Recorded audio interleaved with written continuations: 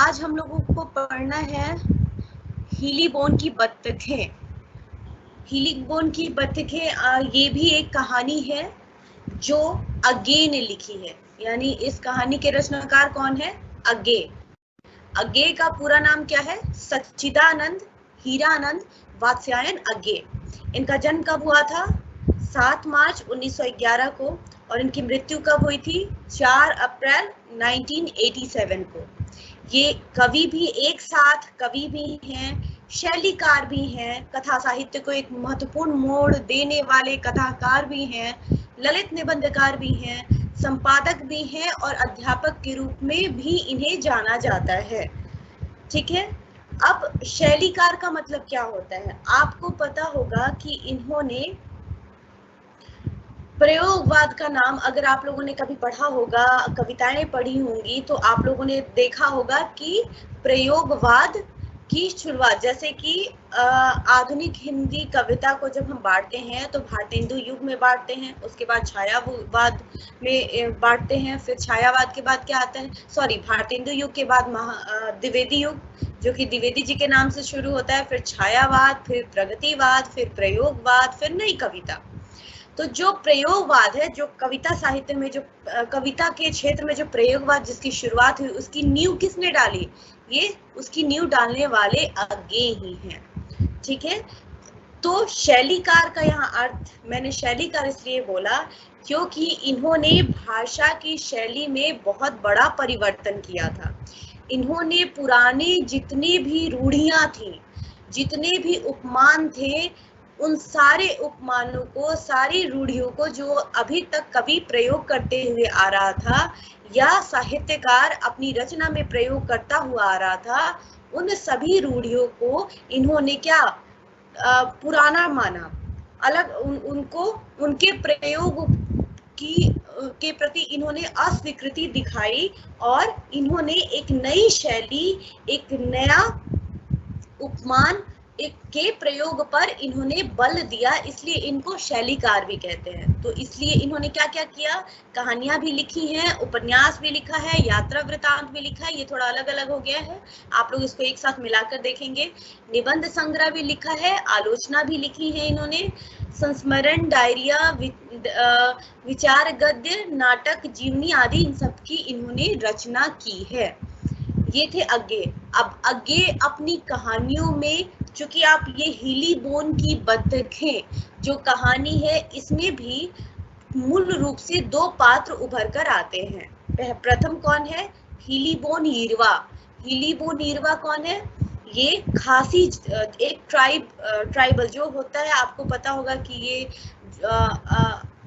अरुणाचल प्रदेश, मेघालय, इन सारे जगह पे ये जाति पाई जाती है। ये जो खासी जाति होती है, ये खासी ट्राइब के लोग वहां पर मिलते हैं। तो जो ये हीली बोन ईरवा है, ये भी उसी खासी ट्राइब से बिलोंग करती है।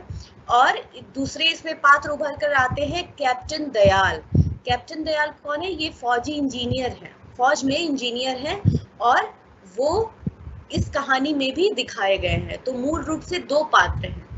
हीली बोन क्योंकि स्त्री है, और स्त्री के इसलिए उन्होंने चूंकि हीली बोन स्त्री है और वही इस कहानी की मुख्य पात्र है, तो उसी पात्र को लेकर अगे ने अपनी इस कहानी का ताना बाना बुना है।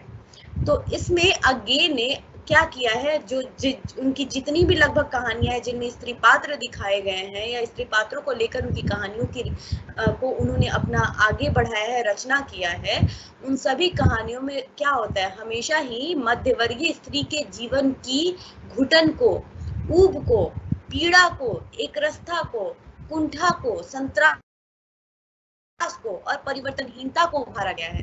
यानी ये जो है, ये नारी मन के मनोविज्ञान के कुशल चितेरे हैं। कौन? अगे। अगे अपनी कहानियों में स्त्री जीवन के मनोविज्ञान की बड़ी ही गहरी जांच पड़ताल करते हुए हमेशा दिखाई देते हैं। वही चीज इस कहानी में भी दिखाई गई है। ये कहानी क्या है? हीली के माध्यम से नारी मनोविज्ञान को प्रस्तुत किया है। ये आप लोगों को नोट करना चाहिए कि इसमें क्या, इस पूरी की पूरी कहानी में हीली वो नीरवा की कहानी जो है, इसमें उसके बतखों के माध्यम से या जो भी कहानी का जो ताना बाना बुना गया है, जो उसका जो कथानक है, उस कथानक के माध्यम से क्या दिखाने की बात की गई है, उस कथानक के माध्यम से नारी जो हीली है उसके मनोविज्ञान को, उसके अंतर मन की जो पीड़ा है, जो उसके भीतर चल रहे विचारों का जो द्वंद है, या जो भी उसके भीतर की चीजें हैं, उसको ही उभारने का प्रयास, यानी मनोविज्ञान को उभारने का प्रयास इसमें अज्ञे ने किया है। वो हीली यहाँ पे कैसी है? एक 34 वर्ष की अकेली स्त्री है यहाँ पे। यद्यपि इस कहानी में अगर हम कहानी भी पढ़ेंगे, मुझे पता है कि आप में से बहुतों ने, मैंने आप लोगों को कहानी शेयर कर दिया था ग्रुप पे, लेकिन मैं नहीं पता मुझे कि आप लोगों में से कितनों ने कहानी पढ़ी है, क्योंकि जब तक आप कहानी नहीं पढ़ेंगे आपको फिर वही मैंने बोला था लास्ट कहानी की भांति, जैसे निर्मल वर्मा की आपने एक धूप का एक टुकड़ा देखा, यहाँ भी जब आप इसको पढ़ेंगे, दोनों वो भी आपको अजीब लग रही होगी कहानी जब ये पढ़ेंगे, तो इसमें भी बहुत सारे ऐसे शब्द हैं, बहुत सारे लाइन्स हैं, बहुत सारे वाक्य हैं जो आपको समझ में नहीं आएंगे। तो इसलिए उसको पहले, मतलब मैं कुछ भी बोल जाऊं, आप लोग उसको समझ नहीं पाए, कनेक्ट नहीं कर पाए, इसलिए मैंने आपको पहले कहानी दे दी थी और कि आप लोग पढ़ के आएंगे। लेकिन मुझे नहीं पता आप में से कितनों ने पढ़ा है, नहीं पढ़ा है। बहरहाल हम फिर से कहानी की चर्चा करेंगे। फिलहाल उनके कुछ की पॉइंट्स को हम यहाँ पर डिस्कस कर लेते हैं, जिससे पढ़ने के दौरान आपको आसानी से समझ में आ सके। तो इसमें जो हीली वो नीरवा है, चूंकि उसके एक ऐसे समाज का यहाँ पे वर्णन किया गया है जो मातृसत्तात्मक समाज है। मातृसत्ता, आपको पता है हमारा समाज क्या है? पितृसत्तात्मक समाज है, यानी जो शासन का अधिकारी कौन है? पिता होता है, पुरुष होता है, ठीक है। सारे के सारे निर्णय लेने की क्षमता किसके अंदर है? पुरुषों के अंदर है। वो स्त्री जीवन का भी निर्णायक कौन होता है? पुरुष होता है। क्यों? क्योंकि पुरुष प्रधान, पुरुष पितृसत्तात्मक समाज है हमारा, पुरुष सत्ता प्रभावी होता है हमारे जीवन, स्त्री जीवन पर, समाज में भी। लेकिन ये जो हीली वो नीरवा है, ये जिस समाज में है वो क्या है? मातृसत्तात्मक समाज है, ठीक है। वहां पर स्त्रियां क्या है? स्त्रियां अनुशासन में रहकर, स्त्रियां यहाँ पे क्या है? शोषण, स्त्रियां नहीं कर, स्त्रियों का शोषण नहीं होता है। स्त्रियां यहाँ पे क्या है? वो ही शासन करती हैं, यहाँ पे शासन करती है, शोषण उनका नहीं होता है, शासन करती है। तो वो यहाँ पे चूंकि कहानी में दिखाया गया है कि उसकी 2-3 बहनें हैं और पिता का देहांत हो चुका है, उसकी 2-3 बहनें भी हैं, लेकिन उनकी कहानी के बारे में कुछ भी प्रकाश नहीं डाला गया, उन पर कुछ भी नहीं बताया गया। सिर्फ और सिर्फ ये कहानी हीली के इर्द गिर्द घूमती है और वो एक घर, जिस घर में रहती है वहां पे वो अकेली है। उसके बाद आप देखिए, इसमें मैंने लिखा है कुशल शिल्पकार की भांति उसके मनोस्थिति का चित्रात्मक वर्णन। इन्होंने, चूंकि वहां पे मैंने आपको बोला था कि ये शैलीकार भी हैं, तो उन्होंने बड़ी ही अच्छी शैली का प्रयोग करते हुए उसकी मनोस्थिति का ऐसा चित्रात्मक वर्णन किया है, मानो वो पूरा संपूर्ण दृश्य हमारे सामने उपस्थित हो जाता है, ठीक है। उसके बाद है स्त्री पुरुष के जीवन का, इस कहानी के माध्यम से ये जितने सारे पॉइंट्स मैंने डिस्कस किए हैं, इन पॉइंट्स को हम अभी डिस्कस कर लेते हैं, फिर इसी को आधार बनाकर हम कहानी पढ़ेंगे, क्योंकि यही सारी बातें इस कहानी के माध्यम से उभर कर सामने आती हैं। क्योंकि हम जानते हैं कि हमारा जो समाज है, हमारी जो सामाजिक इकाई है, उसमें क्या होता है? स्त्री पुरुष के जीवन की सार्थकता किसमें मानी जाती है? उसके संतान से देखी जाती है। स्त्री के जीवन की सार्थकता, पुरुष के जीवन की सार्थकता, या उन दोनों के जीवन की सार्थकता संतान होती है। और उसी संतान का अभाव क्या है? इस पूरी कहानी में दिखाया गया है। जो हीली वो नीरवा है, वो अविवाहित स्त्री है और उसके जीवन में संतान नहीं है। वो क्या करती है? उसने बत्तखें पाल रखी हैं, कई सारी बत्तखें वो उसने अपने घर में पाल रखा हुआ है, ठीक है। तो यहाँ पे वो सिर्फ और सिर्फ एक संतप्त स्त्री दिखाई गई है, अकेली स्त्री दिखाई गई है, जो अपने बहुत सारी बातों को दूसरों के सामने उजागर नहीं करती है। उसके बाद से दूसरी चीज क्या है? संतान का अभाव। जीवन की सार्थकता पर ही प्रश्न चिन्ह खड़ा कर देता है। मैंने आपको कहा कि जो हमारी सामाजिक इकाई है, जो हमारा समाज है, वो स्त्री जीवन की सार्थकता किसमें मानता है? उसकी संतान से मानता है। और जब संतान नहीं होती है, संतान का अभाव होता है, तो वो स्त्री हो पुरुष हो या उन दोनों के जीवन पर एक प्रश्न चिन्ह खड़ा कर देता है। उस पर बहुत सारे प्रश्न उठाए जाते हैं। उस संतान की कमी से संबंधित प्रश्न हो, या आपको संपत्ति को बढ़ाने वाले प्रश्न हो, बहुत तमाम तरीके के प्रश्न। तो जीवन की सार्थकता पर ही प्रश्न चिन्ह खड़ा कर दिया जाता है। हीली अपने घर में अकेलेपन को दूर करने के लिए क्या करती है? बत्तखें पालती है। हर दिन, अब इस कहानी में आप देखेंगे कि एक लोमड़ी आता है, हर दिन क्या करता है ये, जब इसको हर दिन शाम के समय, रात के समय इसको कुछ ऐसे आहट मिलती है, आहट सुनाई देती है, जिसमें जब ये दौड़ कर जाती है तो उसको खून से भरा हुआ जगह दिखाई देता है। इसको समझ में आ जाता है कि फिर से लोमड़ी ने उसके एक बत्तख का शिकार कर लिया है। तो हर दिन उसके बत्तखों का लोमड़ी शिकार कर लेती है। और वो जो लोमड़ी है उसको मारता कौन है? कैप्टन दयाल सिंह, जो कि कौन है? जो कि फौज में इंजीनियर है और कुछ दिनों के लिए यहाँ इधर छुट्टी मनाने के लिए आया हुआ है। और वो क्या करता है? वही हीली के कहने पर लोमड़ी का शिकार करने के लिए बंदूक से गोली चलाता है। और वो क्या होता है, लोमड़ी मरती नहीं है, घायल हो जाती है। चूंकि मरती तो उसका लाश वहीं मिलता, किंतु वो वहां पर नहीं होती है, वो अपने आप को घसीटते हुए दूर जंगल में निकल जाती है। तो फिर क्या होता है, हीली और जो कैप्टन दयाल है वो दोनों साथ साथ उसको खोजने के लिए निकलते हैं। जब वो वहां पहुंचते हैं तो हीली और कैप्टन दयाल क्या देखते हैं, यहाँ पर उसी की चर्चा नीचे वाले पॉइंट में की गई है कि जब हीली लोमड़ी का नितांत घरेलू दृश्य देखती है तो उसके अंतर्मन में उथल पुथल होने लगती है। वो सोचती है कि शिकार कर ये परिवार हो गया है, परिवार वालों करना है, परिवार होगा, परिवार पालन उसका कर्म है। गीता में भी कर्म को सर्वोपरि माना गया है। जब वहां पे हीली जाती है और कैप्टन दयाल पहुंचते हैं तो उन्होंने देखा कि जो मेल लोमड़ी है, जो पुरुष लोमड़ी है, यानी जो नर लोमड़ी है, वो जख्मी पड़ा है। और जो मादा लोमड़ी है वो उसके पास खड़ी है और उसके दो छोटे छोटे बच्चे जो है वो उसके पैरों में लिपटे हुए हैं और की कर रहे हैं। ठीक है, तो इस दृश्य को देखकर, चूंकि हीली भी चाहती थी कि वो लोमड़ी से उसके बत्तखों को छुटकारा मिले, हर दिन वो लोमड़ी शिकार करता है, लेकिन जब वो जाती है और वो दृश्य देखती है, या घरेलू दृश्य देखती है, तो उसके अंतर्मन में उथल पुथल होने लगती है। क्यों होता है ऐसा? क्योंकि हीली अकेली है और अपने अकेलेपन को दूर करने के लिए उसने क्या किया है? बत्तखों का पालन। वे बत्तखों को पालती है अपने अकेलेपन को दूर करने के लिए। और यहाँ उस घायल लोमड़ी को देखने के बाद, उसके परिवार को देखने के बाद, उसका अंतर्मन उसको धिक्कारता है। वह सोचती है, क्या सोचती है?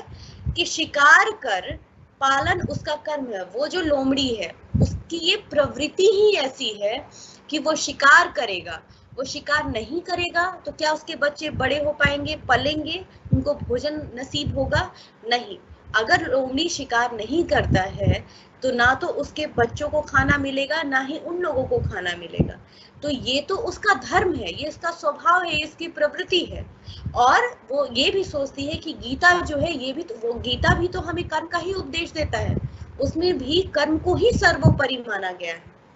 ठीक है, इसलिए वो क्या होता है, उद्वेलित हो जाती है। उसके मन में बहुत सारे वो उसके मन में क्या होता है, वो अपराध बोध उठ जाता है और फिर वो वहां से भाग जाती है, वहां से सीधे भाग के अपने घर जाती है। और जाकर वहां क्या करती है, वो हम जब कहानी पढ़ेंगे तो उसमें पता चल जाएगा। वो वहां जाती है और डाओ क्या होता है, जिससे कोई तलवार जैसी तेज हथियार, जो देखने में तलवार जैसी हो और बहुत तेज होती है, उसी हथियार से वो अपने एक एक बत्तखों को आकर मार डालती है, काट डालती है।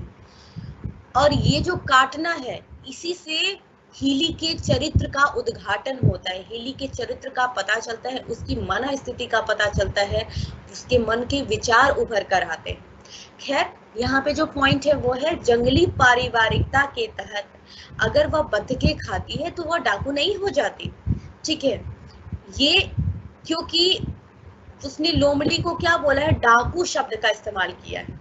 और फिर जब वो उसको मार देती है, सॉरी, जब वो घायल हो जाता है, जब उसके बच्चे उसके सामने उसको दिखाई देते हैं, उस मादा लोमड़ी दिखाई देती है, और जो उसके अंतर मन में जो विचार उठते हैं उसमें वो ये भी सोचती है, जब वो घर आती है सोचती है कि चूंकि वो भी जंगल में रहती है, ट्राइब है, खासी जाति की है, और वो भी जंगलों में रहती है, उसका घर जंगल में है, और वो क्या करती है, वो भी जो बतखें होती हैं, कई बार उन बतखों को मारकर उसको खाती भी है, भोजन में बतखों का मांस खाती है, उनके अंडों का सेवन करती है। तो ऐसा करते हुए वो तो डाकू नहीं हो जाती, मतलब वो तो शिकारी नहीं होती, शिकारी नहीं कही जाती। फिर अपने कर्म का पालन करता हुआ यह लोमड़ी क्यों शिकारी हो जाता है, मैंने उसे डाकू कैसे कह दिया। वो ये सोचती है कि जब मैं खुद बतखों का शिकार करके खाती हूँ, उसे पका कर खाती हूँ, तो मैं तो डाकू नहीं होती।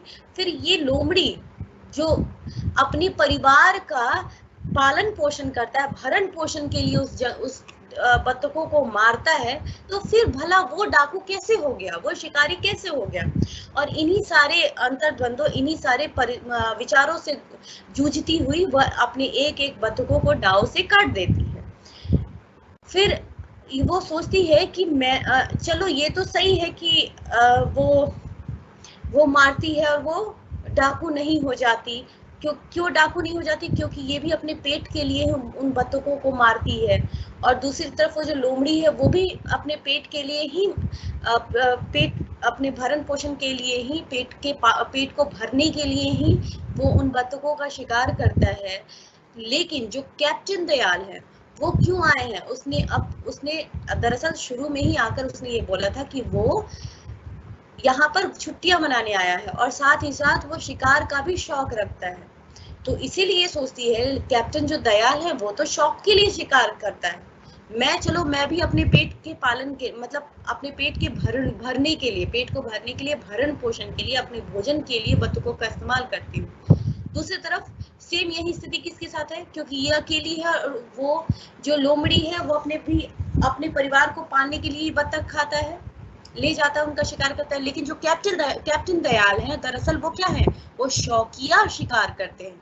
उन्होंने शिकार करना, दूसरों को मारना अपना शौक बना रखा है। तो दरअसल डाकू कौन है, वो लोमड़ी नहीं है, डाकू कौन है, वो कैप्टन दयाल है। इसीलिए वो खींच जाती है और खींच कर कहती है कैप्टन दयाल को, दूर हटो हत्यारे। उसने उसके लिए हत्यारे शब्द का प्रयोग किया है। यही जो है इस कहानी में हीली की चारित्रिक विकास को दिखाता है, और पूरी की पूरी कहानी इसी घटना के इर्द गिर्द बुनी हुई है।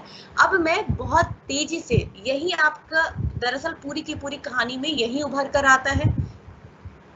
इस कहानी की मूल संवेदना, इस कहानी की समीक्षा, ये सारी चीज आपको कहानी के तत्वों के आधार पर पूरी की पूरी कहानी की चर्चा, कहानी के कथानक, हीली का चरित्र चित्रण, क्योंकि चरित्र चित्रण पूछा जा सकता है, ये सारे आपके क्वेश्चन बनेंगे। अब हम कहानी को पढ़ते हैं, आप भी अपने सामने कहानी को रखिए, और हम फिर 1 मिनट, मैंने आप लोगों को भेजा था,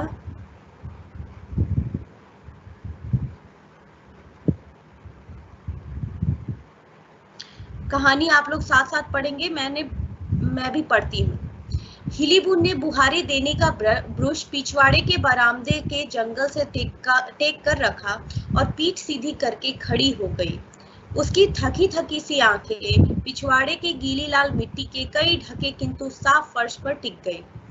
काई जैसे लाल मिट्टी को दिखने देकर भी एक चिकनी झिल्ली से उसे छाए हुए थी, वैसे ही हीलीबोन की आंखों पर कुछ छा गया, जिसके पीछे आंगन के चाचों और तरतीब से सजे हुए जेरेनियम के गमलों, 2 रंगीन बेत की कुर्सियां और रस्सी पर टंगे हुए 3-4 धुले हुए कपड़ों की प्रतिछवि रहकर भी न रही, और कोई और गहरे देखता तो अनुभव करता कि सहसा उसके मन पर भी कुछ शिथिल और तंद्रामय छा गया। ये शिथिल और तंद्रामय छाने का अर्थ क्या है? शिथिल और तंद्रामय छाने का अर्थ यही है कि चूंकि हीली क्या है, नितांत अकेली है, उसके जीवन में कोई भी उसका सुख दुख बांटने के लिए नहीं है। वो जीती किसके लिए है? स्वयं के लिए और अपने उन बत्तखों के लिए। उसके जीवन में किसी का भी आगमन अभी तक नहीं दिखाया गया है, ठीक है, इसीलिए वो शांत है, तंद्रामय उस पर छा गया है, जिससे उसकी इंद्रियों की ग्रहणशीलता तो ज्यों की त्यों रही, पर ग्रहित छाप को मन तक पहुंचाने और मन को उद्वेलित करने की प्रणालियां रुद्ध हो गई। मतलब इसका अर्थ यह है कि वो जिन बातों को, जैसे कि जब हमसे कोई बात कहता है, कोई उदास वाली बात करता है, तो हम उसको सुनते हैं, ग्रहण करते हैं, और कई बार उस सामने वाले के दुख में हम भी दुखी हो जाते हैं। किंतु यहाँ पे क्या है कि वो ग्रहणशीलता तो जो की तो है, यानी वो सामने वाले की बात को ग्रहण समझती तो वैसे की वैसे है, लेकिन उनकी भावनाएं से वो, उसकी जो भावनाएं हैं वो हीली के मन को झकझोर नहीं पाती, यानी यहाँ हीली क्या है, भावना रहित दिखाई गई है। किंतु हठात वह चेहरे का चिकना बुझा हुआ भाव खुरदुरा होकर तन आया। इंदिरा सजग हुई, दृष्टि और चेतना केंद्रित, प्रेरणा प्रबल, हीली बोन के मुंह से एक हल्की सी चीख निकली और वह बरामदे से दौड़कर आंगन पर करके एक ओर बने हुए छोटे से बाड़े पर पहुंची। वहां उसने बाड़े का किवाड़ा खोला और फिर ठिठक गई।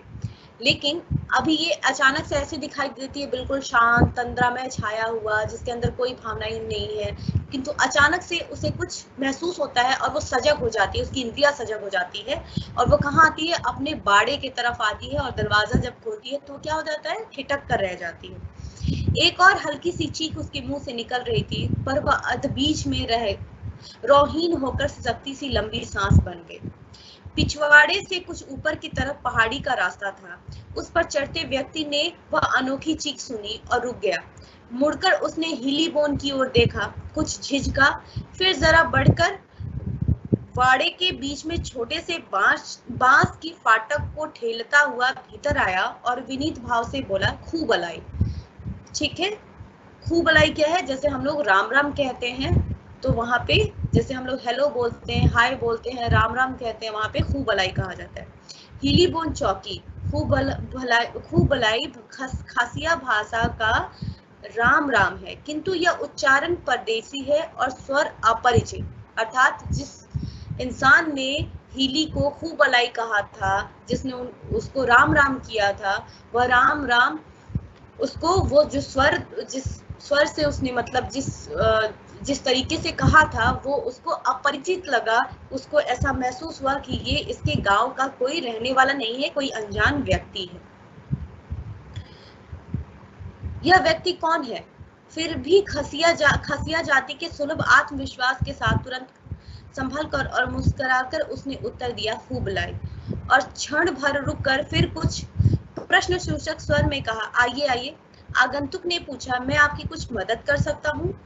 अभी चलते चलते शायद कुछ नहीं, वह कुछ नहीं कहते कहते हीली का चेहरा फिर उदास हो आया। अच्छा आइए देखिए। उसको ले जाती है बाड़े की तरफ। बाड़े की एक ओर 8-10 बत्तखें थी, बीचों बीच फर्श रक्त स्याह हो रहा था और आसपास बहुत से पंख बिखर रहे थे। फर्श पर जहां तहां पंजों और नाखूनों की छापें थी। आगंतुक ने कहा, लोमड़ी? हाँ, यह चौथी बार है। इतने वर्षों में कभी ऐसा नहीं हुआ था, पर अब दूसरे तीसरे दिन एक आध बतख मारी जाती है और कुछ उपाय नहीं सूझता। मेरी बतखों पर सारे मंडल के गांव ईर्ष्या करते थे। स्वयं सीएम के पास भी जैसे निर्णय करता हुआ बोला। आप डिटाई न समझे तो एक बात कहूँ? कहिए। मैं यहाँ छुट्टी पर आया हूँ और कुछ दिन नांगथलेम ठहरना चाहता हूँ। शिकार का मुझे शौक है। अगर आप इजाजत दें तो मैं इस डाकू की घात में बैठूं। फिर हीली की मुद्रा देखकर जल्दी से, नहीं, मुझे कोई कष्ट नहीं होगा, मैं तो ऐसा मौका चाहता हूँ। आपके पहाड़ बहुत सुंदर हैं, लेकिन लड़ाई से लौटे हुए सिपाही को छुट्टी में कुछ शगल चाहिए। शगल मीन्स वही शिकार, कुछ इंजॉयमेंट, कुछ मनोरंजन की चीजें। ठीक है,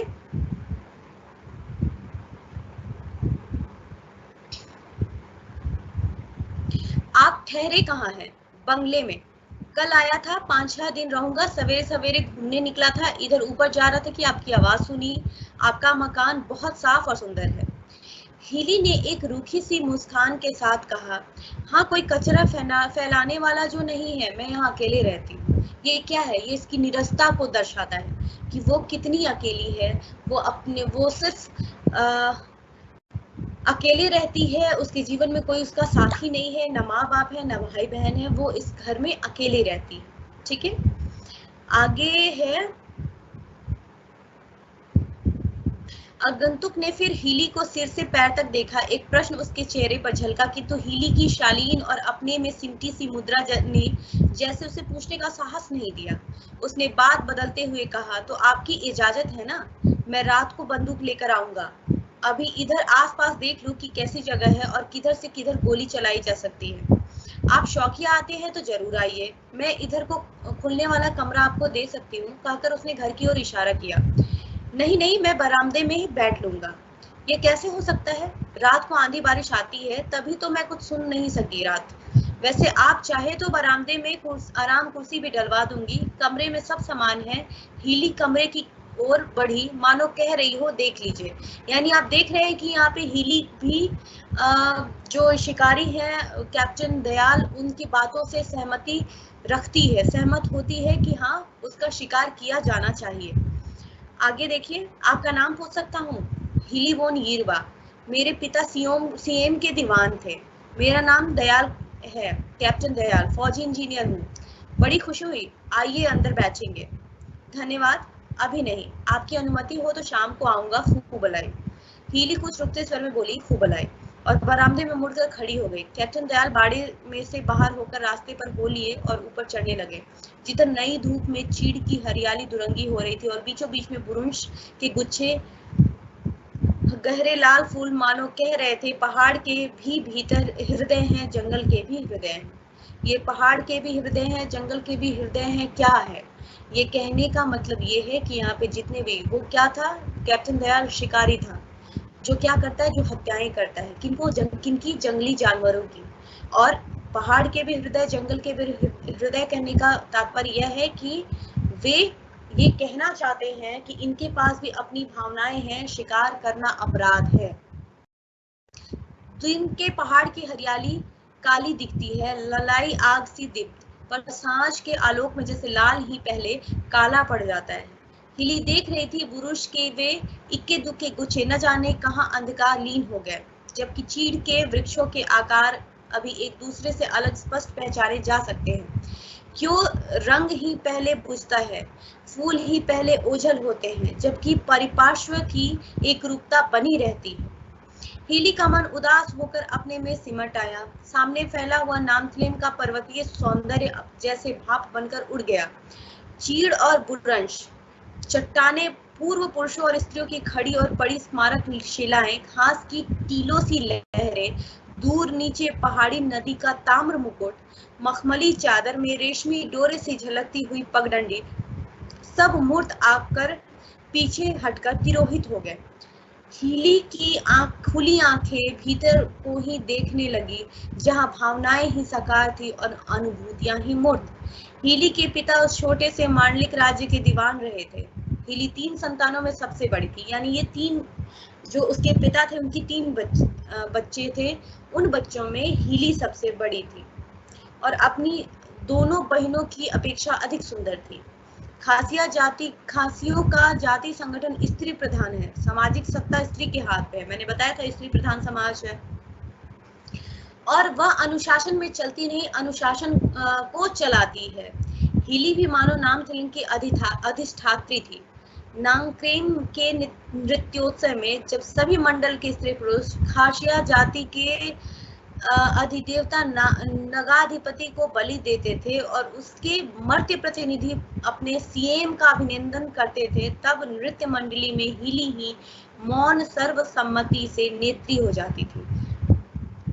तब नृत्य मंडली में हीली ही और स्त्री समुदाय उसी का अनुसरण करता हुआ झूमता था, और इधर उधर, आगे और दाएं और फिर पीछे नृत्य में अंग संचालन की गति न द्रुत थी न विस्तृण, लेकिन कंपन ही सही, सिहरन ही सही, वह थी तो उसके पीछे पीछे सारा समुद्र उसका अंग भंगिमा के साथ लहरें लेता था। अर्थात ये यहाँ पे ये दिखाने का प्रयास किया गया है कि जो पूरा का पूरा समाज था खासिया जातियों का, उसकी जो प्रधान अधिष्ठात्री थी वो कौन थी? वो हीली थी।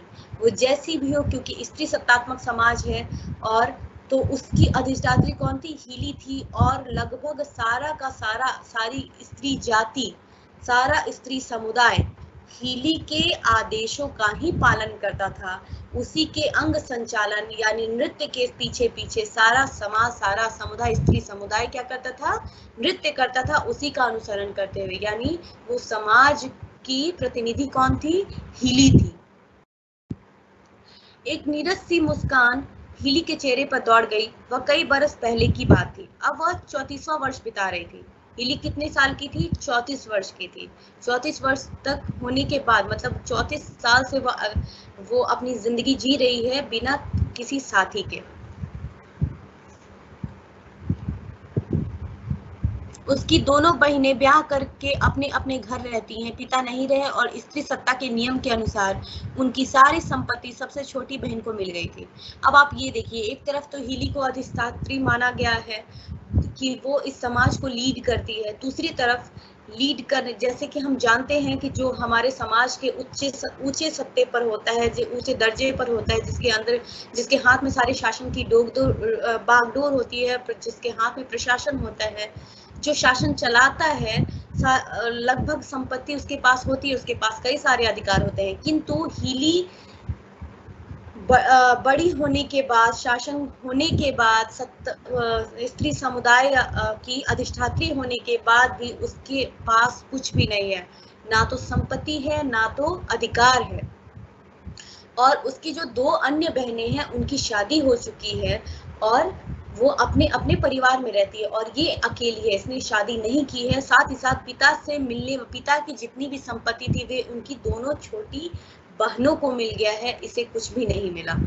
ठीक है, पिता नहीं, हाँ, हीली के पास यही, सॉरी, पिता नहीं रहे और स्त्री सत्ता के नियम के अनुसार उनकी सारी संपत्ति सबसे छोटी बहन को मिल गई। हीली के पास है यही एक कुटिया और छोटा सा बगीचा, देखने में आधुनिक साहबी ढंग का बंगला, किंतु उस कांच और पर्दों के आडंबर को संभालने वाली इमारत वास्तव में क्या है? टीन की चादर से छूता हुआ चीड़ का चौखटा, नरसल की चटाई पर गारे का पलस्तर और चारों ओर जेरेनियम, जो गमले में लगा लो तो फूल है, नहीं तो नीरी जंगली बूटी। यह कैसे हुआ कि वह नामक्रेम की रानी आज अपने 34वें वर्ष में स्कूटी के जेरेनियम के गमले संवारती बैठी है, और अपने जीवन में ही नहीं, अपने सारे गांव में अकेली है। अभिमान? प्रश्न पूछते हैं, क्या ये अभिमान है? तो ये अभिमान नहीं है। स्त्री का अभिमान, स्त्री का क्या अभिमान? सर्वप्रथम ये पूछते हैं कि ऐसा क्या हुआ जिसकी वजह से ये पूरे के पूरे समाज में अकेली है, इसके जीवन में कोई साथी नहीं है और साथ ही संपत्ति भी नहीं है। क्या अभिमान की वजह से इसने अपने सारे संपत्ति का त्याग कर दिया, या इसके जीवन में किसी पुरुष का आगमन नहीं हुआ? फिर ये उसका जवाब देते हुए आगे खुद ही लिखते हैं कि स्त्री का क्या अभिमान, और अगर कहे ही तो कनिष्ठा करे जो उत्तराधिकारिणी होती है, वह तो सबसे बड़ी थी, लेकिन उत्तरदायिनी, क्योंकि ये परिवार में सबसे बड़ी थी तो परिवार को संभालने का दायित्व भी इसके ऊपर था, इसलिए इसे उत्तराधिकारिणी न होकर ये उत्तरदायिनी बन गई थी। हीली के होठ का एक विद्रूप, हीली के होठ एक विद्रूप की हंसी से कुटिल हुआ है। युद्ध की अशांति के 3-4 वर्षों में कितने ही अपरिचित चेहरे दिखे थे, अनोखे रूप, उल्लसित, उच्छ्वासित, लोलुप, गर्वित, याचक, पाप संकुचित, दर्प स्फीत मुद्राएं, और वह जानती थी कि इन चेहरों और मुद्राओं के साथ उसके गांव की कई स्त्रियों के सुख दुख, तृप्ति और अशांति, वासना और वेदना, आकांक्षा और संताप उलझ गए हैं। यहाँ तक कि वहां के वातावरण में एक पराया और दूषित तनाव आ गया है, किंतु वह उससे अछूती ही रही थी। यह नहीं कि उसने इसके लिए कुछ उद्योग किया था कि उसे गुमान था, नहीं, यह जैसे उसके निकट कभी यथार्थ ही नहीं हुआ था। लोग कहते थे कि हीली सुंदर है पर स्त्री नहीं है। स्त्री क्यों नहीं है पता चलेगा, वह बाम्बी क्या जिसमें सांप नहीं बसता। हीली की आंखें सहसा और धनी हो आईं। नहीं, इससे आगे वह नहीं सोचना चाहती। व्यथा मार कर भी व्यथा से अन्य कुछ हो जाती है। बिना सांप की बांबी अरूप अनर्थक मिट्टी का ढूंढ। यद्यपि वो याद करना चाहती हो, याद करने को कुछ था, बहुत कुछ था। प्यार उसने पाया था और उसने सोचा भी था कि अब यहाँ ये दिखाया जा रहा है कि हीली जो है वो क्या है। हीली के बारे में ऐसा कहा गया है कि वो अपने जो 3 बहनें थी ये हीली, और अपने अन्य 2 बहनों से ये बहुत सुंदर थी। यानी हीली क्या थी, एक सुंदर स्त्री थी, लेकिन उसके अंदर भावनाएं नहीं बची थी, इसलिए वो स्त्री नहीं थी। स्त्री क्यों नहीं थी? एक तो उत्तरदायिनी थी, उसे उसके ऊपर परिवार को अपने पिता के जाने के बाद सारी की सारी बोझ उसके कंधों पर आन पड़ी, अपनी बहनों के का दायित्व, उनके विवाह का दायित्व, साथ ही साथ क्योंकि मातृसत्तात्मक समाज है तो समाज को, चूंकि इसके पिता दीवान थे तो इसलिए उस समाज को भी अनुशासन में बांध कर रखने का जो दायित्व था वो भी इसी के ऊपर था। उन सारे दायित्वों को निभाते हुए वह अपने आप को ही भूल चुकी थी, वो स्त्री नहीं रह गई थी। मानो वो सिर्फ अपने कर्तव्यों का निर्वाह करने के लिए ही बची हुई थी। प्यार उसके जीवन में भी आया था, अर्थात उसके जीवन में भी कभी किसी पुरुष का आगमन हुआ था, किंतु वह इन दायित्वों की वजह से उसने इस प्यार को अपने जीवन में जगह नहीं दिया, उसके साथ वो आगे नहीं बढ़ी और अपने उन संबंधों को उसने वही खत्म कर दिया।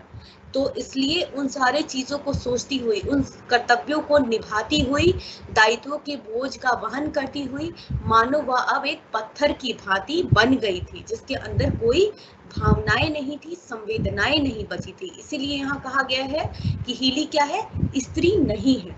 ठीक है, अब हम देखते हैं, नहीं कुछ नहीं सोचा। जो प्यार करता है, जो प्यार पाता है, वह क्या कुछ सोचता है? सोच सब बाद में होता है, जब सोचने को कुछ नहीं होता।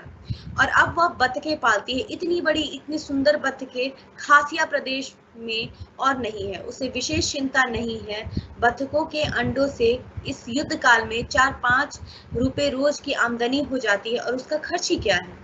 ये उसका खर्च ही क्या है? प्रश्न चिन्ह लगाने का मतलब, अगर यहाँ पे पूर्ण विराम होता तो ये आराम से कहा गया है कि उसके पास कोई खर्च नहीं है, लेकिन यहाँ पे प्रश्न चिन्ह लगाया गया है। प्रश्न चिन्ह का अर्थ ये है कि क्या है, कवि ये बताना चाहता है कि उसके जीवन में चूंकि वो अकेली है इसलिए, और साथ ही साथ उसके पास अन्य कर्तव्यों का दायित्व है, वो अपने लिए कुछ भी नहीं करती।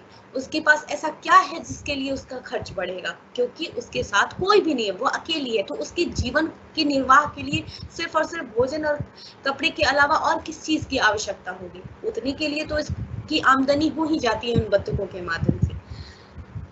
फिर आगे है, व्यर्थ का नुकसान सभी जंतु जरूरत से ज्यादा घेर लेते और नष्ट करते हैं। नहीं सॉरी, यहाँ नहीं था।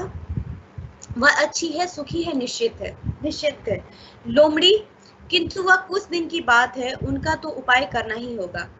वह फौजी अफसर जरूर उसे मार देगा, नहीं तो कुछ दिन बाद थेक्यू के इधर आने पर वह उसे कहेगी कि तीर से मार दे या जाल लगा दे। कितनी दुष्ट होती है लोमड़ी, क्या रोज 2-1 बतख खा सकती है? व्यर्थ का नुकसान, सभी जंतु जरूरत से ज्यादा घेर लेते हैं और नष्ट करते हैं। बरामदे के काट के फर्श पर पैरों की चाप सुनकर उसका ध्यान टूटा। कैप्टन दयाल ने एक छोटा सा बैग नीचे रखते हुए कहा, लीजिए मैं आ गया, और कंधे से बंदूक उतारने लगा। आपका कमरा तैयार है, खाना खाएंगे? धन्यवाद, नहीं मैं खाना खा आया हूँ, रात काटने को कुछ ले भी आया बैग में, मैं जरा देख लूं, अभी आता हूँ। आपको नाहक तकलीफ दे रहा हूँ लेकिन।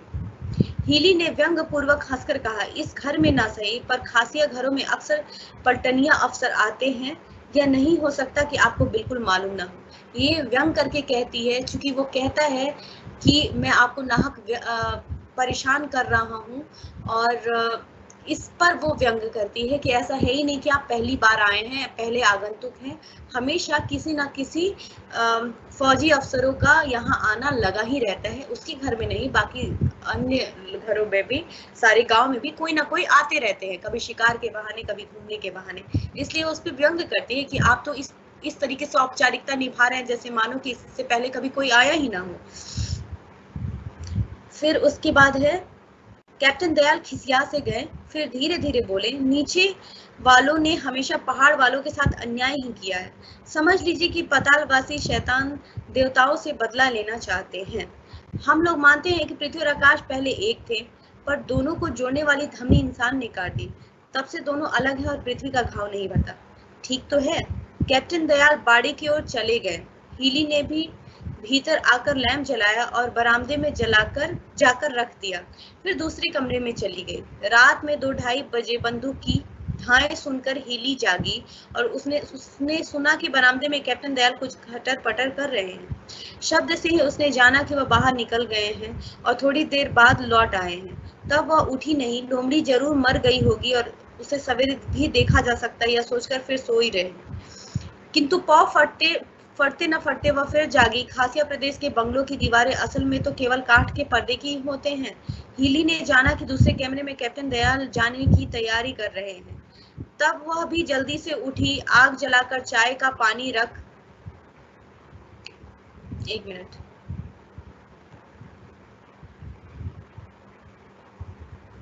हाँ, आग जलाकर चाय का पानी रख मुंह हाथ धोकर बाहर निकली। क्षण भर अनिश्चय के बाद वह बतखों के बाड़ी की तरफ जाने को ही थी कि कैप्टन दयाल बाहर निकलते हुए कहा, खूब भलाई मिसिरवा, शिकार जख्मी हो गया पर मिला नहीं, अब खोज में जा रहा हूँ। ठीक है, अच्छा कैसे पता लगा? खून के निशानों से। जख्म गहरा ही हुआ, घसीट कर चलने के निशान साफ दिखते हैं। अब तक बचा नहीं होगा। देखना यही है कि कितनी दूर गया होगा। मैं भी चलूंगी। उस डाकू को देखूं तो। अब आप ये देखिए कि वो जब मारने की बात करता है लोमड़ी को, तो ये आराम से स्वीकृति देती है। ये चाहती भी है कि लोमड़ी मारा जाए और उसे डाकू तक कहकर पुकारती है उस लोमड़ी को। और साथ ही साथ वो मरा है या नहीं मरा है इसको देखने के लिए वो आगे किसके साथ बढ़ती है? कैप्टन दयाल के साथ बढ़ती है। खून के निशान चीड़ के जंगल को छूकर एक ओर मुड़ गए जिधर ढलाव था और आगे जरैद की झाड़ियां, जिनके पीछे एक छोटा सा झरना बहता था। हीली ने उसका जल कभी देखा नहीं था, केवल कल शब्द ही सुना था। जरैद का झुरमुट उसे बिल्कुल छाए हुए था। निशान झुरमुट तक आकर लुप्त हो गए थे। कैप्टन दयाल ने कहा, इसके अंदर घुसना पड़ेगा, आप यहीं ठहरिए। उधर ऊपर से शायद खुली जगह मिल जाए, वहां से पानी के साथ साथ बढ़ा जा सकेगा। कहकर हीली बाएं को मुड़ी और कैप्टन दयाल साथ हो लिए। सचमुच कुछ ऊपर जाकर झाड़ियां कुछ विरल हो गई थी और उनके बीच में घुसने का रास्ता निकाला जा सकता था। यहाँ कैप्टन दयाल आगे हो लिए, अपनी बंदूक के कुंदे से झाड़ियां इधर उधर ठेलते हुए रास्ता बनाते चले। पीछे पीछे हीली हटाई हुई लचकीली शाखाओं के प्रत्याघात को अपनी डावों से रोकती हुई चली। डाव, जो मैंने आपको बताया था, एक ऐसा हथियार जो तलवार की भांति तेज होता है। कुछ आगे चलकर झरने का पाट चौड़ा हो गया। दोनों ओर ऊंचे और आगे झुके हुए करारे, जिनके ऊपर जरैद और होली की झाड़ी इतनी घनी छाई हुई कि भीतर अंधेरा हो। परंतु पाट चौड़ा होने से मानो इस आच्छादन के बीच एक सुरंग बन गई थी, जिसमें आगे बढ़ने में विशेष असुविधा नहीं होती थी। कैप्टन दयाल ने कहा, यहाँ फिर खून के निशान है। शिकार पानी में से इधर घसीट कर आया है। यानी उसको खून के निशान देखकर वो फिर उसे पता चल जाता है कि शिकार इर्द गिर्द ही है। हठात कैप्टन दयाल ने तीखी फुसफुसाते स्वर में कहा, देखो, रोकने की कोशिश की। वो शोर नहीं मचाने को कहता है, वाले आवाज से। उसके बाद ठिठकने के साथ उनकी बाह ने उठकर हीली को भी जहां का तहां रोक दिया। वो खुद तो सचेत होता ही है, हीली को भी सचेत करता है। अंधकार में कई एक जोड़े अंगारे से चमक रहे थे। अंगारे से चमकना यानी जो यहाँ पे लोमड़ी है, उनकी आंखें जो चमकती हैं, उन आंखों को अंगारों की भांति चमकीली बताया जा रहा है। हीली ने स्थिर दृष्टि से देखा। करारे में मिट्टी खोदकर बनाई हुई खो क्या होता है? जिसमें जानवर रहते हैं। खो एक सुरंग सा होता है जिसमें जानवर अपने बैठने की व्यवस्था करते हैं। ठीक है। खो में या कि खो की देहरी पर नर लोमड़ी का प्राणहीन आकार दुबका पड़ा था। कास के फूल के झाड़ू सी पूंछ उसकी रानों से ढक रही थी। जहां गोली का जख्म होगा भीतर शिथिलगत लोमड़ी उस शव पर झुकी खड़ी थी। शव के सिर लोमड़ी के पांव से उलझे हुए 3 छोटे छोटे बच्चे कुनमुना रहे थे। उस कुनमुनाने में भूख की आतुरता नहीं थी। कुनमुनाने में क्या है? भूख की आतुरता नहीं थी। अर्थात जो बच्चे कुनकुना रहे थे वो क्यों कुनकुना रहे थे? क्योंकि उनके पिता अर्थात जो नर लोमड़ी था वो घायल पड़ा था। और इस कुनकुनाने के पीछे के माध्यम से रचनाकार साहित्यकार ये दिखाने का प्रयास करते हैं कि जो उनका भरण पोषण करने वाला, जो उनके परिवार का आधार था, परिवार का जो मुखिया था, यानी वो जो नर लोमड़ी था, वो अब घायल हो चुका था, उसकी मृत्यु हो सकती थी।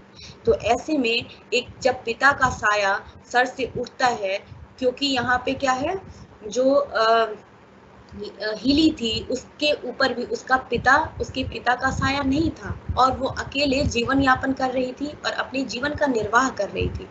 ठीक यहाँ पर जो वो बच्चों के कुनकुनाता हुआ देखकर मानो बच्चों की संवेदना, उसकी भावना हिली के भावना से जुड़ जाती है और वो उद्वेलित हो जाती है। ठीक है, उस दृश्य ने हिली को क्या बिल्कुल झकझोर दिया। अब यहाँ पे क्या है, उस कुनकुनाने में भूख इसलिए भूख की आतुरता यहाँ पे कवि ने स्पष्ट किया है कि उनका कुनकुनाना विवल होना भूख नहीं था। वो भूख से नहीं तड़प रहे थे, वो अपने पिता को जख्मी देखकर विवल हो रहे थे। न वे बच्चे लोमड़ी के पेट के नीचे घुसर पुसर करते हुए भी उनके थनों को ही खोज रहे थे। माँ और बच्चों में किसी को ध्यान नहीं था कि गैर और दुश्मन की आंखें उस गोपन घरेलू दृश्य को देख रही थी। कैप्टन दयाल ने धीरे स्वर में कहा, यह भी तो डाकू होगी। हिली की ओर से कोई उत्तर नहीं मिला। उन्होंने फिर कहा, इन्हें भी मार दें तो बच्चे पाले जा सके। फिर कोई उत्तर न पाकर उन्होंने मुड़कर देखा और अचकचा कर रह गए। पीछे हिली नहीं थी। थोड़ी देर बाद कुछ प्रकृतिस्थ होकर उन्होंने कहा, अजीब औरत है। फिर थोड़ी देर वह लोमड़ी को और बच्चों को देखते रहे, तब मुझे क्या कहकर वह अनमने से मुड़े और जिधर से आए थे उधर ही चलने लगे। हिली नंगे पैर ही आई थी, पर लौटती बार उसने शब्द न करने का कोई यत्न किया हो, ऐसा वह नहीं जानती थी। यानी वो पहले नंगे पैर आ रही थी और शब्द उसके मुंह से, यानी वो जब आ रही थी, जब पहली बार जब वो जंगल में जा रही थी तब वो सचेत थी, तब वो अपने शिकार को ढूंढने जा रही थी, लेकिन इस बार उसके मुंह से शब्द ना निकले हो इसे वह भी नहीं जानती। यानी अब वो व्याकुल थी, अब वो आहत हुई थी। वो उस घरेलू दृश्य को देखकर मानो उस दृश्य ने उसको भीतर से पूरा झकझोर दिया था, जिसके कारण वो क्या था, अंदर से वो इतनी आहत हो गई थी कि जाते ऐसा प्रतीत होता है कि वो जब भाग रही होगी, जब घर वापस लौट रही होगी, तब उसके मुंह से क्या था, मुंह से आवाज भी निकले होंगे, शब्द भी निकले होंगे, जो वेदना को दिखाता है। ठीक है,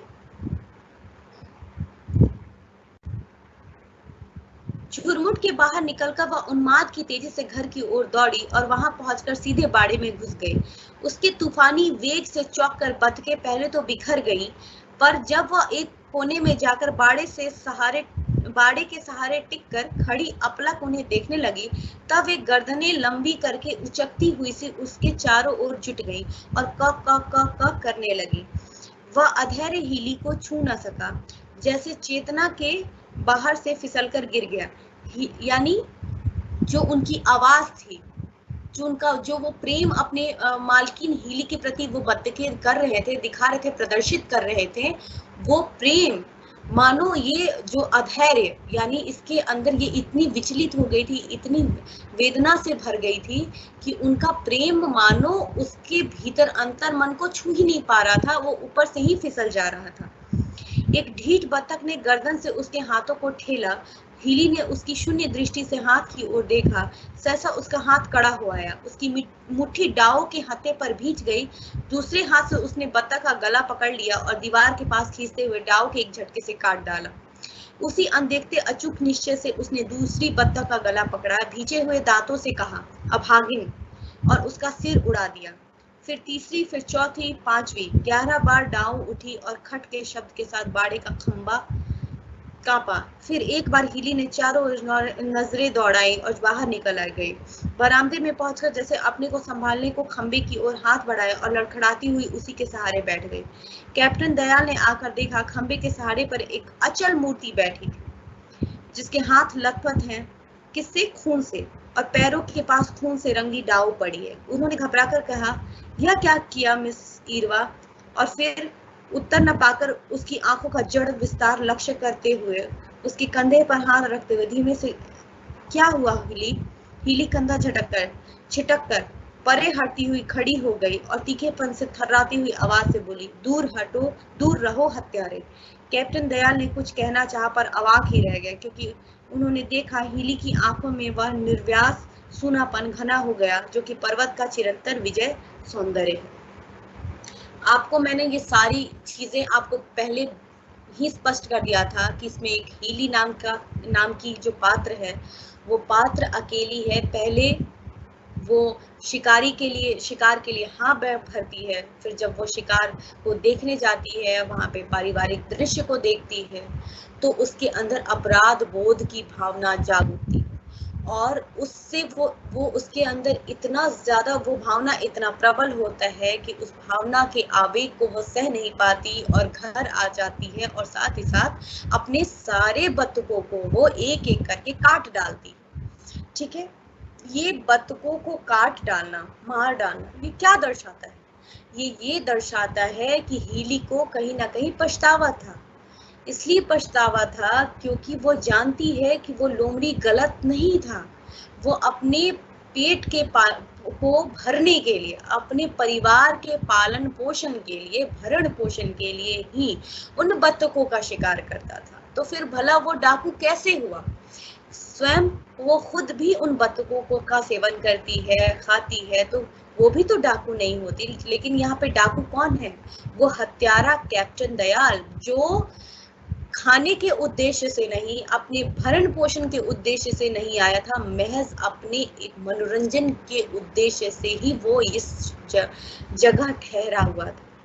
और वो जब वो बिना किसी उद्देश्य के उन जंगली जानवरों का शिकार करता है तो दरअसल यहाँ डाकू वही है, अपराधी वही है। इसीलिए इसको हत्यारे कहकर संबोधित किया गया है। इस कहानी के माध्यम से कवि ये संदेश देना चाहते हैं कि हत्या जो भी जितने जानवरों का हत्या किया जाता है, यानी शिकार करना क्या है? अपराध है।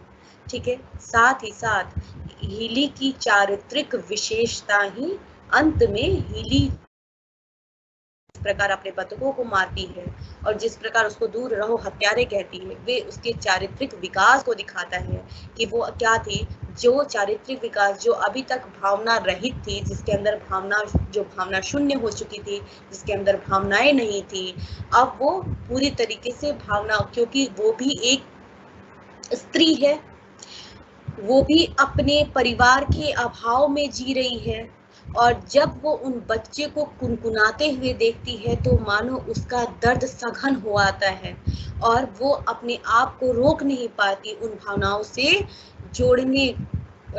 भावनाओं से वो जुड़ जाती है, उन भावनाओं से जोड़ने के लिए अपने आप को रोक नहीं पाती और वेदना के तीव्र आवेग में आकर वो उन सारे बतखों को मार डालती है। तो मुझे लगता है कि आपको ये कहानी इंटरेस्टिंग भी लगी होगी, समझ में भी आया होगा और बहुत ज़्यादा मुश्किल नहीं है। हाँ, आप अकेले पढ़ते तो ये आपको मुश्किल ज़रूर लगता।